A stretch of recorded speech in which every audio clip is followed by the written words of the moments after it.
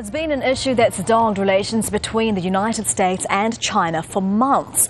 But now Barack Obama and his opposite number, Xi Jinping, have agreed on a set of rules to tackle cyber attacks. They've been meeting in California on Xi's first visit to China as president. But on the same day, there have been new reports from the UK that Obama has ordered the security services to draw a list of his own cyber targets. And it's not the only thing they're trying to deal with. Inevitably, there are areas of tension between our two countries, but what I've learned over the last 4 years is both the Chinese people and the American people want a strong, cooperative relationship, and that I think there's a strong recognition on the part of both President Xi and myself that it is very much in our interests to work together to meet the global challenges that we face.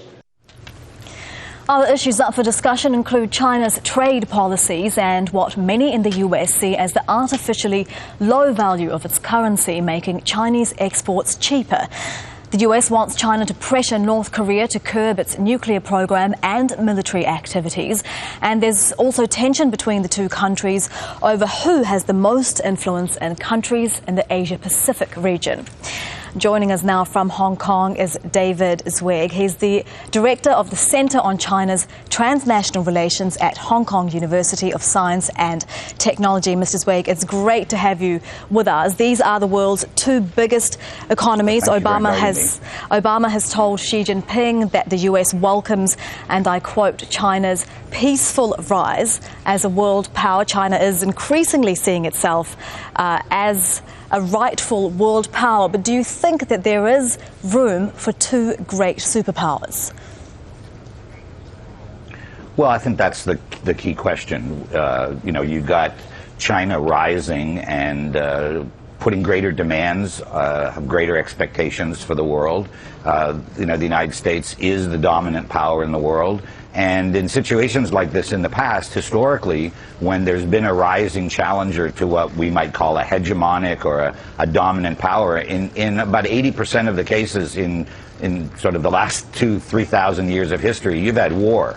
And so this is a really important meeting in that sense. This is a meeting in some ways of historic importance, because if the United States and China, and if Xi and Obama can figure out a way to move forward without too much greater tension, then that would be really, really important for the whole world. Well, Xi Jinping has said that relations between the two countries are at a historical starting point. Could this, do you think, be a fresh new start between the two superpowers?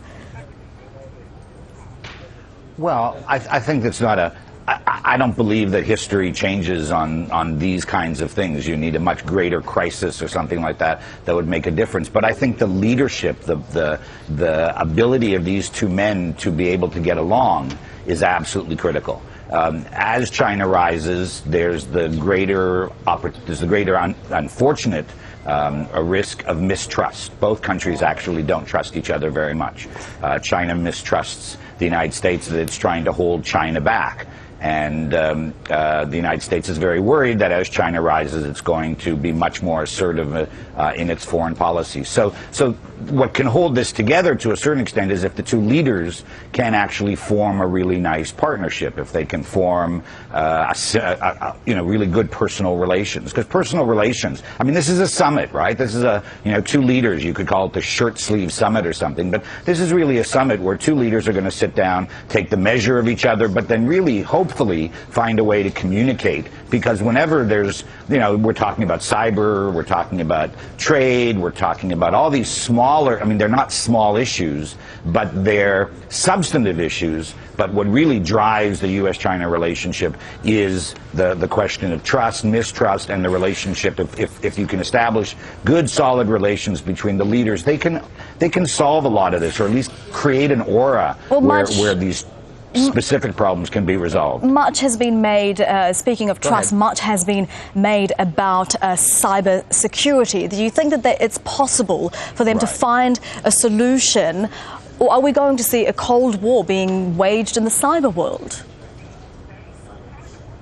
Well, I think that they can sit down and work out some. I mean, part of the problem would be that China has to at least back off a little bit. I think that's important. I think it's actually much more important that they stop doing it commercially rather than they do it in terms of strategic, because I can't believe that the United States, with 16 intelligence agencies, is not trying to do much of the same thing that China is trying to do. In today's news, these recent revelations show that, in fact, the United States does bug people and does go into cyberspace looking for information. So I can't believe that the United States isn't doing that. I think, it's probably much more important for business and to get the Chinese to stop doing the hacking in business. And intelligence services, the United States will figure out a way to stop doing it, to sort of, hold back on China. But it would be very nice if both sides can sit down and say, look, we're not going to, I mean, one of the agreements that they have to reach, and I think they've been working on it, is,